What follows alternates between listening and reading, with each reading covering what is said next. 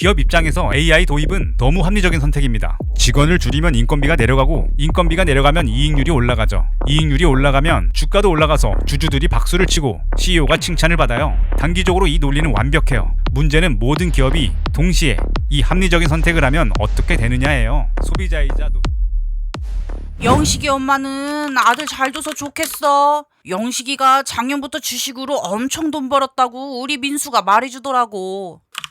그런 거 같더라고. 뭐 민수도 잘하고 있지 않아? 둘이 친군데 종목도 공유하고 그러지 않나? 우리 민수는 취업을 못했는데 뭐 돈이 있어야 주식을 하지. 우리 아들이 서울대 나왔으면 뭐해. 문과라 취업이 너무 안 된다는 거야. 그래서 애가 프로그래머 한다고 다시 코딩 공부를 진짜 열심히 했는데 이제 코딩도 사람을 안 뽑는다고 애가 풀이 죽어서 집에만 있어. 그래도 민수 엄마는 남편이 대기업 부장에 저번에 코인으로 몇 억 벌었다 하지 않았어? 아이고 우리 남편도 작년에 직장 잘리고 코인으로 번 건 코인으로 다시 다 날렸어. 아이고 어쩌다. 그래서 타일 배운다고 요즘 국비지원 학원에 다니고 있어. 요즘엔 그게 정년도 없고 최고라 하더라고. 그나저나 영식이 엄마 예전에 하던 원단 사업은 잘 돼? 원단 사업은 이제 접으려고. 점점 힘들어져. 하긴 요즘 뭐가 잘 되겠어. 뉴스 보면 코스피도 날라다니고 우리나라가 엄청 잘 나가는 것 같은데 막상 사람들이 돈이 없어서 다들 죽는 소리들만 하니 뭐가 어떻게 되는 건지 모르겠어. 그러게 동네 상가들이 하루가 멀다고 문 닫고 새로운 가게는 안 들어오니 동네가 썰렁해 죽겠어.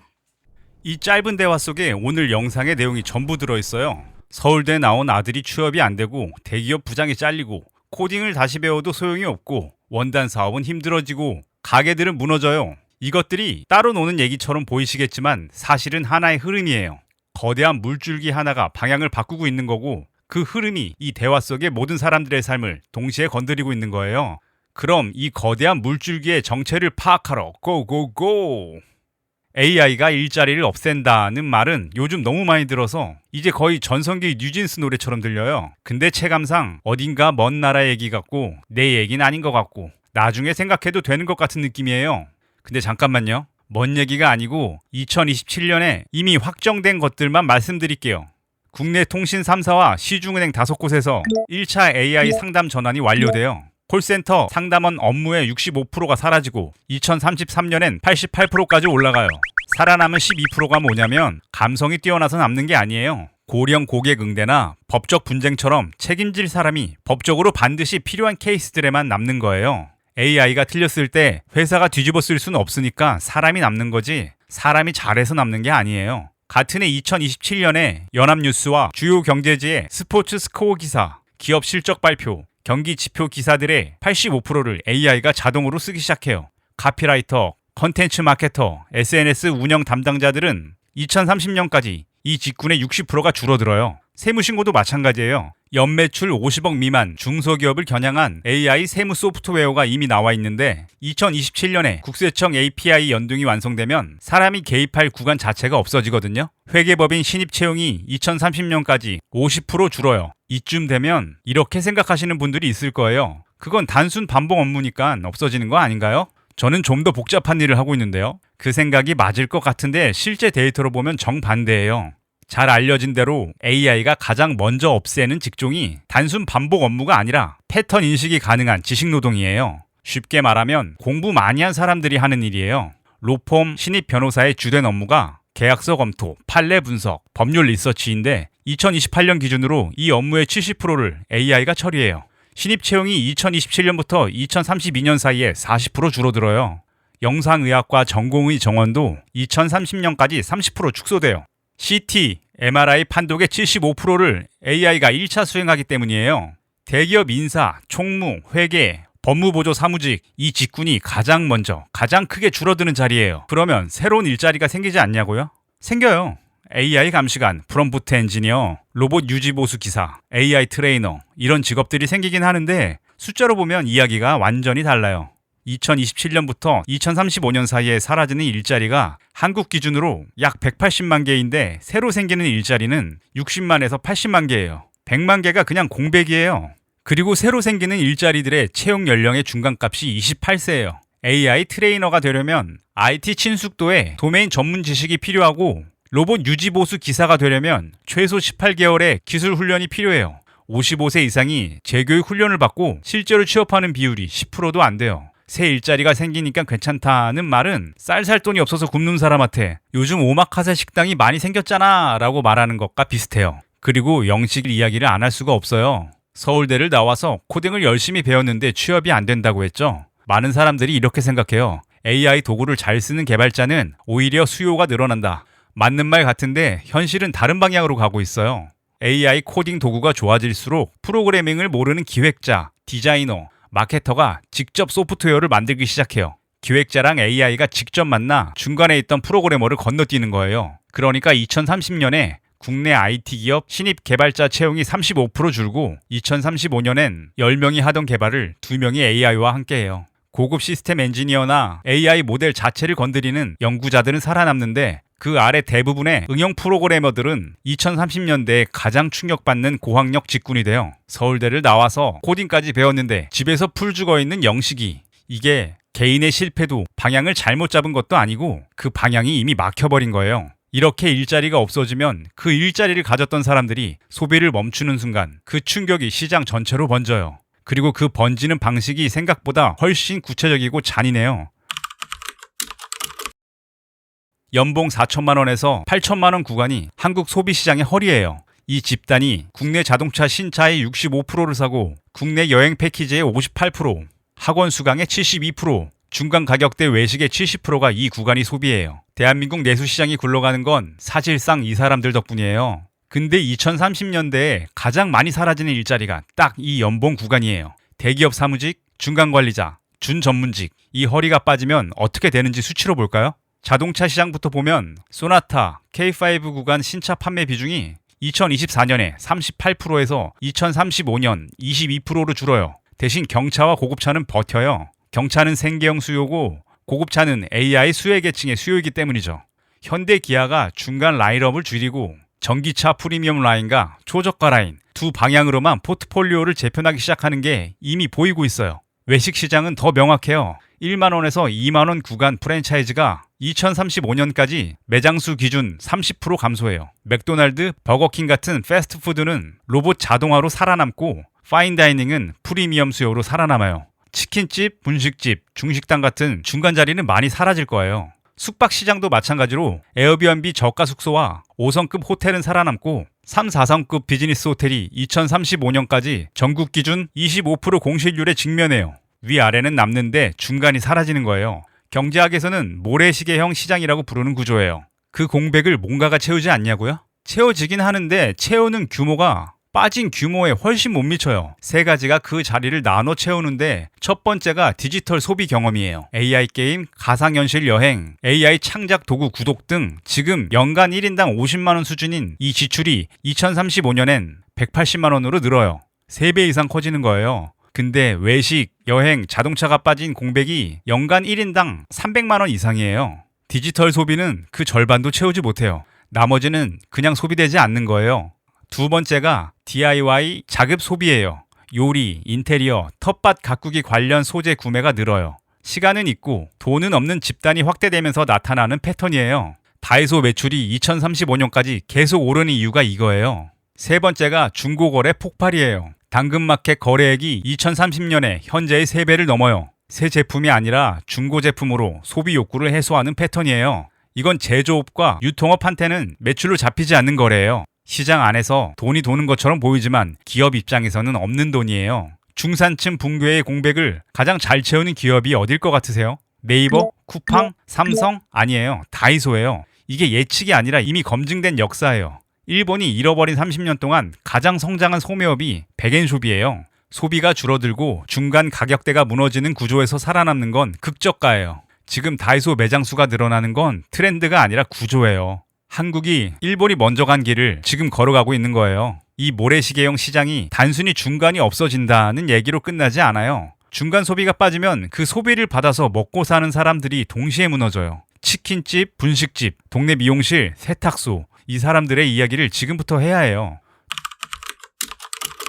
소비가 줄어드는 피해를 가장 먼저, 가장 직접적으로 받는 게 대기업이 아니라 동네 치킨집이에요. 한국 자영업자 비율이 취업자의 약 20%로 OECD 최고 수준이에요. 그런데 이 사람들이 이번 AI 전환에서 특이하게도 두 방향에서 동시에 맞아요. 소비자로서는 본인 소득이 줄거나 불안해지고 사업자로서는 중산층 고객이 줄면서 매출이 동시에 감소해요. 대기업은 AI 전환의 가해자이면서 수혜자이기도 한데 자영업자는 피해자이면서 또 피해자예요. 같은 충격을 두 번 받는 구조예요. 폐업이 어떤 순서로 번지는지를 보겠습니다. 2028년에서 2029년 사이에 1차 타격이 시작돼요. 앞에서 말씀드린 콜센터 상담원, 카피라이터, 세무보조직이 집중적으로 잘리는 시기인데 이 집단의 평균 연봉이 3,500에서 4,500만 원 구간이에요. 그리고 이 사람들이 퇴근하고 가장 자주 밥 먹으러 가는 곳이 1, 2만 원대 동네 식당이에요. 퇴직금으로 버티던 기간이 끝나는 2028년 하반기부터 전국 치킨집, 분식집, 중식당 폐업률이 연간 8에서 10%씩 올라가기 시작해요. 중위권 학원도 같은 시기에 꺼지기 시작하는데 이게 우연이 아니라 고객이 같은 집단이기 때문이에요. 중산층 가게 지갑이 닫히면 학원비와 외식비가 동시에 빠지거든요. 같은 원인에서 나오는 같은 결과예요. 2031년에서 2032년 사이엔 2차 타격이 와요. 재취업 소요 기간이 24개월을 넘기는 집단이 본격적으로 생기는 시기인데 이쯤 되면 미용실, 세탁소, 인쇄소, 소규모 학원까지 동시에 맞아요. 중산층 소비 자체가 구조적으로 줄어들면서 이 업종들이 한꺼번에 타격을 받아요. 2031년 전국 자영업 폐업률이 작년 대비 15% 이상 증가해요. 2033년에서 35년 사이엔 3차 타격이에요. 이때부터는 상권 자체가 소멸하기 시작합니다. 폐업이 폐업을 낳는 폐업의 고리가 작동해요. 한 집이 문을 닫으면 그만큼 상권 유동인구가 줄고 유동인구가 줄면 옆가게 매출이 빠지고 버티다 못해 옆가게도 문을 닫아요. 그러면 또 유동인구가 줄고 누군가 새로 들어오지 않으면 이 고리는 스스로 강화돼요. 수도권 외곽 상권의 20% 이상이 공실 상태에 진입해요. 근데 여기서 끝이 아니고 빈 상가가 2차 붕괴를 만들어요. 상가 공실이 늘어나면 건물주 임대 수입이 감소하고 임대 수입으로 대출 이자를 내고 있던 많은 건물주들이 임대 수입 감소로 이자 부담이 버거워지기 시작해요. 버티지 못하는 건물주가 나오면 은행에 부실 채권이 쌓이고 건물주도 소비를 줄일 수밖에 없죠. 임대 수입이 줄었으니까요. 이 소비 감소가 다시 주변 상권을 누르는 방향으로 작동해요. 동네 치킨집 하나가 문을 닫는 게 그냥 치킨집 하나의 이야기가 아니라 건물이 공실이 되고 건물주의 수입이 감소되고 은행 부실이 되고 주변 소비 감소가 되는 연쇄 반응의 시작이에요. 살아남으려는 자영업자들이 가장 먼저 하는 게 배달 플랫폼 입점이죠. 배달의 민족이나 쿠팡이츠에 들어가면 온라인 수요를 잡을 수 있으니까요. 근데 이 선택이 이상한 결과를 만들어요. 배달 플랫폼이 AI로 수수료 구조를 최적화하면서 자영업자 마진을 더 압박해요. 지금도 매출의 20-30%가 수수료와 광고비로 나가는데 AI가 개입하면서 이 구조가 더 정교하게 자영업자를 쥐어짜는 방향으로 진화해요. 플랫폼 없이는 손님이 없고 플랫폼 안에 있으면 남는 게 없어요. 살아남으려고 들어간 곳이 늪이었어요. 그리고 이 자영업 붕괴가 한국에서 특히 크게 터지는 구조적 이유가 있어요. 미국이나 유럽은 소매업이 어느 정도 분산돼 있어서 소비가 줄어들 때 타격이 여러 방향으로 흩어져요. 하지만 한국은 이마트, 롯데마트, 쿠팡, 배달의 민족 등 소비가 몇 개의 대형 플랫폼과 체인으로 집중되는 구조가 이미 완성돼 있어요. 중산층 소비가 줄어들 때 그 타격이 골고루 분산되지 않고 골목 자영업자한테 집중돼요. 대형 플랫폼은 AI와 자동화로 버티고 그 끝에 있는 자영업자가 가장 먼저 가장 크게 맞는 거예요. 민수 엄마 남편이 직장을 잃고 타일을 배우러 가는 동안 그 동네 단골 치킨집은 이미 문을 닫고 있고 그 자리는 한동안 공실로 남아요. 이게 개인의 실패가 아니라 구조가 만들어낸 결과예요. 근데 이 구조를 더 빠르게, 더 깊게 가속시키는 변수가 하나 더 있어요. 바로 부채, 빚이에요. 앞에서 소비 절벽이 일자리 감소로부터 18에서 24개월 뒤에 온다고 했어요. 근데 그건 빚이 없는 가구 기준이에요. 한국은 다른 나라와 구조가 달라요. GDP 대비 가계부채 비율이 세계 최고 수준이고 그 부채의 70% 이상이 부동산 담보대출이에요. 변동금리 비중이 높아서 금리가 조금만 움직여도 이자 부담이 즉각 달라지는 구조예요. 그리고 이 빚을 안고 있는 중산층이 한국 소비의 핵심 주체예요. 이 사람들한테는 소득이 줄어드는 순간 18에서 24개월이 아니라 훨씬 빠르게 소비를 줄여야 해요. 수치를 예시로 볼까요? 연봉 6천만 원인 직장인이 있어요. 주담대 잔액이 4억 원이고 매달 이자로 130만 원이 나가요. 2030년에 AI 전환으로 이 사람은 실직과 어려운 재취업을 경험하고 연봉은 4,200만 원으로 30% 감소합니다. 그런데 이자는 130만 원 그대로예요.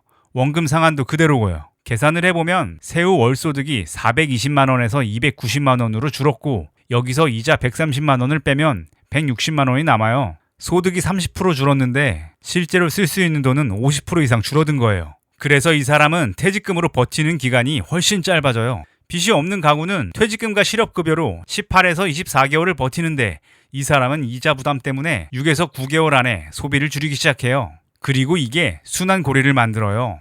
소득이 줄면 이자 압박 때문에 소비 여력이 줄고 소비가 줄면 자영업 매출이 감소해요. 자영업이 폐업하면 그 건물이 공실이 되고 공실이 늘면 건물주 임대 수입이 줄어들어 건물주도 소비를 줄여요. 그럼 또 처음으로 돌아가서 반복이에요. 이 고리가 한번 돌기 시작하면 쉽게 끊기지 않아요. 각 단계가 다음 단계를 강화하거든요. 경제학에서 디스플레이션 스파이럴이라고 부르는 구조인데 어딘가에서 끊어주는 힘이 없으면 바닥도 모른 채 계속 내려가요. 이게 일본이 잃어버린 30년 동안 빠졌던 구조로 일본 기업들이 비용을 줄이고 일본 가게가 소비를 줄이고 그게 다시 기업 매출을 줄이고 또 비용을 줄이고 이 고리가 30년 동안 돌았어요. 한국이 그 고리에서 빠져나오기 더 어려운 이유가 따로 있어요. 미국과 비교하자면 미국은 개인 파산 선언이 비교적 쉬워요. 고통스럽지만 부채를 털고 재출발하는 경로가 열려 있어서 파산 선언을 하고 몇 년 뒤에 다시 소비 주체로 돌아설 수가 있어요. 하지만 한국은 개인 파산에 대한 사회적 낙인이 강하고 절차도 복잡해서 파산 대신 수년 동안 최소한의 소비로 버티는 사람이 훨씬 많아요. 실질적으로 빚 때문에 소비에 거의 기여하지 않는 소비자가 되는 거예요. 이런 사람들이 늘어날수록 내수 시장이 회복 없이 저공 비행 구간에 진입해서 올라갈 동력 자체가 없어지는 거예요. 그럼 금리를 내리면 되는 거 아닌가요? 맞는 말 같은데 한국에서는 이게 기대만큼 작동하지 않아요. 금리를 내리면 이자 부담은 줄지만 동시에 원화 가치가 떨어져요. 원화 약세가 되면 수입 물가가 올라가는데 한국은 에너지와 식료품을 수입에 크게 의존하거든요. 수입 물가가 오르면 장 보는 비용이 올라가고 이자 부담은 줄었는데 마트 영수증이 더 커지는 거예요. 대출 이자는 월 10만 원이 줄었는데 장바구니 물가가 월 15만 원이 올라가서 정책 도구로 쓰기 힘든 딜레마예요. 지금까지 개인이 어떻게 타격받는지를 봤어요. 일자리가 사라지고 소비가 줄어들고 자영업이 죽고 채무가 그 속도를 더 빠르게 만들어요. 근데 이 충격이 개인한테서만 끝날 것 같으면 기업들이 AI 전환을 이렇게 빠르게 밀어붙이지는 않았겠죠. 기업 입장에서 AI 도입은 너무 합리적인 선택입니다. 직원을 줄이면 인건비가 내려가고 인건비가 내려가면 이익률이 올라가죠. 이익률이 올라가면 주가도 올라가서 주주들이 박수를 치고 CEO가 칭찬을 받아요. 단기적으로 이 논리는 완벽해요. 문제는 모든 기업이 동시에 이 합리적인 선택을 하면 어떻게 되느냐예요. 소비자이자 노동자인 대부분의 사람들의 지갑이 동시에 얇아지거든요. 그 얇아진 지갑이 다시 기업 매출의 부메랑으로 돌아와요. 경제학에서 구성의 오류라고 부르는데 각자한테는 합리적인 선택이 전체에는 독이 되는 구조예요. 삼성전자 얘기를 해볼까요? 삼성이 반도체 가전 생산 라인을 2030년까지 80% 자동화해요. 생산 원가가 30% 내려가고 영업이익률이 올라갑니다. 경영진이 잘한 거고 주주 이익 의무를 다한 거예요. 근데 삼성 협력사 200개가 동시에 인력을 줄여서 협력사 직원 총 15만 명 중 5만 명이 2030년까지 구조조정이 돼요. 이 5만 명이 누구냐면 삼성 냉장고와 에어컨과 TV를 사던 사람들이에요. 삼성이 비용을 줄이기 위해 내보낸 사람들이 삼성 제품의 실수요자였던 거예요. 비용은 줄었는데 매출도 같이 줄어서 2033년부터 삼성 국내 가전 매출이 구조적 하락 구간에 진입해요. 이익률은 유지되는데 절대 매출이 줄어드는 거예요. 수출로 버티는 구조가 강화되면서 내수 의존도가 높은 협력사들은 줄도산을 해요. 현대자동차도 볼까요?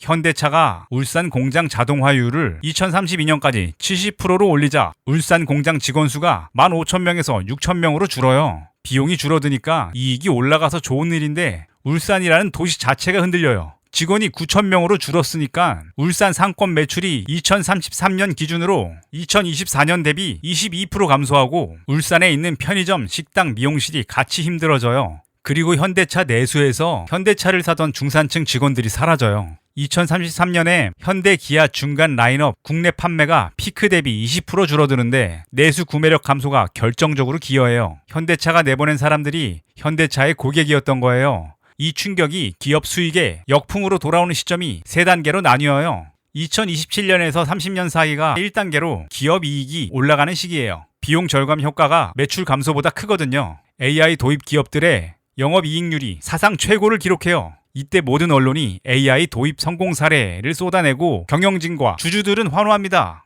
2030년에서 2033년 사이가 2단계예요. 이익이 정체되는 시기로 비용 절감은 이미 끝났는데 매출이 안 늘어요. 내수 시장이 쪼그라들기 시작하는 게 수치로 잡히고 경영진들이 추가 성장 동력을 찾아야 한다는 말을 반복하기 시작하며 주가는 횡보합니다. 2033년에서 36년 사이가 3단계예요. 이익이 하락하는 시기로 매출 감소가 비용 절감을 추월하고 이 시점에서 AI가 오히려 문제였다는 경영진의 발언이 나오기 시작해요. 근데 이미 돌이킬 수는 없어요. 자동화 설비에 수조 원을 투자했고 다시 사람을 뽑으면 비용이 올라가서 주가가 떨어지거든요. 뽑고 싶어도 못 뽑는 구조가 됐어요. 역풍이 가장 먼저 가장 크게 오는 업종 3가지를 볼게요. 첫 번째는 자동차예요. 자동차는 고관여 상품이죠. 소비 심리가 나빠지면 가장 먼저 구매를 미루는 상품이에요. 현대, 기아 국내 판매가 2030년부터 연간 5에서 8% 구조적 하락에 진입해요. 두 번째는 통신이에요. KT, SKT, LG유플러스가 AI로 직원을 30% 줄이는데 해고된 직원들이 요금제를 낮추거나 알뜰폰으로 이동하면서 통신 3사 1인당 평균 수익이 2031년부터 하락해요. 세 번째가 유통이에요. 쿠팡, 이마트, 롯데마트가 물류, 매장을 자동화하는데 마찬가지로 그 매장 직원들이 바로 쿠팡, 이마트의 고객이었어요. 2033년부터 국내 소매 유통 매출 성장률이 마이너스로 전환돼요. 그리고 이 역풍을 가장 늦게 경험할 것 같은데 사실 가장 취약한 곳이 카카오랑 네이버예요. 이 두 회사가 AI로 직원은 줄이면서 사용자는 유지할 수 있다고 생각해요. 플랫폼이니까 자동화하면 이익이 올라갈 것 같고 틀린 말은 아니에요. 근데 이 회사의 핵심 수익이 광고인데 광고주들이 언제 광고를 줄이냐면 소비자가 지갑을 닫을 때예요. 소비가 줄면 광고주가 예산을 줄이고 광고주가 예산을 줄이면 카카오, 네이버 매출이 줄어요. 직원을 줄여서 비용은 낮췄는데 광고 매출이 같이 줄어서 결국 이익이 개선되지 않는 구조예요. 카카오, 네이버의 광고 매출이 2033년부터 구조적 하락 구간에 진입해요. 정리하면 AI 전환이 기업한테는 단기적으로 축복이에요. 비용이 줄고 이익이 올라가거든요. 근데 그 이익이 올라가는 동안 이익을 올려준 사람들의 지갑이 동시에 얇아지고 2033년이 지나면 그 얇아진 지갑이 기업 매출의 부메랑으로 돌아오기 시작해요. 개별 기업의 합리적인 선택이 모이면 전체 시장이 망가지는 거예요. 2035년 한국의 40대 직장인 A씨 얘기예요. 2029년에 대기업 기획팀에서 퇴직했어요. 팀 전체가 AI로 대체됐거든요. 퇴직금으로 버텼는데 주담대 이자가 매달 130만 원씩 나가고 6개월 만에 저축이 바닥났어요. 재취업에 2년이 걸렸고 재취업한 회사의 연봉은 전보다 30% 낮았어요. 그 2년 동안 자녀들은 학원을 그만뒀고 외식, 여행, 쇼핑을 끊었어요. A씨만 그런 게 아니라 주변 사람들도 같은 시기에 같은 이유로 같은 선택을 했어요. 그 결과로 A씨가 자주 가던 동네 고깃집이 폐업했고 건물이 공실이 됐어요. 건물주가 임대 수입이 줄어서 지출을 줄이면서 그 건물주가 자주 가던 미용실도 매출이 줄었어요. A씨는 이 연결을 몰랐어요. 그냥 경기가 나쁜 거라고 생각했어요. 뉴스에서는 코스피가 역대 최고치를 찍고 삼성전자 영업이익이 사상 최대라고 하는데 A씨 동네 상권 절반은 공실이었어요. 왜 이렇게 됐는지 설명해 줄 사람이 없었어요. 이게 과장된 시나리오일까요? 이상 뇌피티였습니다. 영상이 마음에 드셨다면 구독, 좋아요 부탁드립니다.